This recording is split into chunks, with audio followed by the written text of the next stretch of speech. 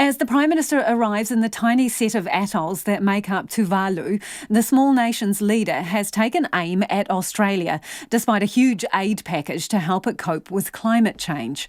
Scott Morisson has promised $500 million to help Tuvalu adapt to rising sea levels and food shortages. But Enele Sopoaga says Australia is trying to buy off support and to shut him up about the damaging threats of coal mining. He says the aid doesn't give Australia an excuse to rely on coal.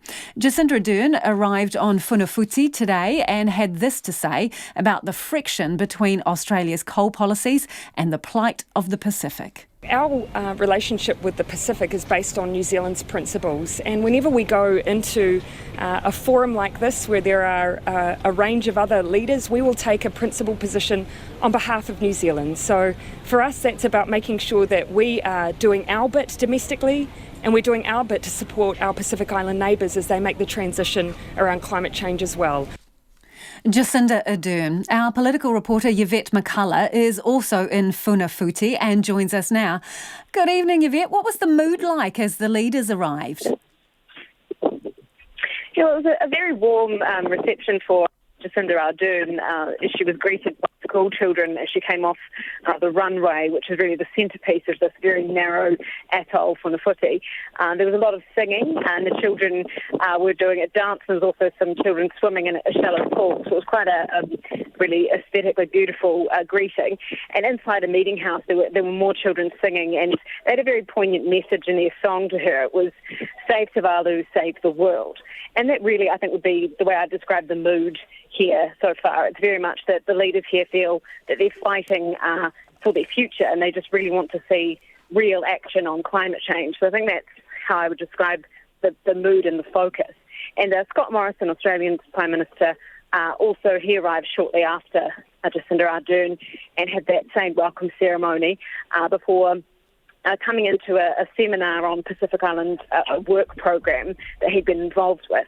And he was there sitting alongside the Tuvaluan Prime Minister, and the mood, I would say, was very cordial. Mr. Sopoaga congratulated Mr. Morisson on his election victory, and there was no hint of that, tough talk that we had heard previously to his face at this stage anyway. Yeah, so what are expectations around the leaders getting together tomorrow for the retreat? Yeah, I mean, so that retreat is, they have the whole day together, and it is behind closed doors. So that is a chance for leaders to have a really frank discussion. So it may be that we see them follow up on the rhetoric we've heard in the last sort of weeks leading up to this, and particularly in the last few days. But, whether it's that or whether this rhetoric has been more for an outward audience and behind closed doors, they're not, don't follow up quite as much. So that'll be interesting to see in terms of what comes out of that, in terms of the wording and the communique. Because at this point, the Pacific leaders are really pushing that they want a commitment around reducing the use of fossil fuels like coal to be part of that, and also to increase investment in the Green Climate Fund, which are two issues that could really be big sticking points for Australia. And Jacinda Ardern today wouldn't be drawn on her view on the wording in the communique either, just saying that, that's still to be discussed tomorrow, and she wasn't going to have those kind of negotiations in front of media. Yvette, you sound like you got a bit of a tropical breeze coming through there, so maybe hunker down a little bit. But I'm interested to know, with all this talk and harsh words around Australia, has it taken the focus a little bit away from New Zealand's relation with the Pacific?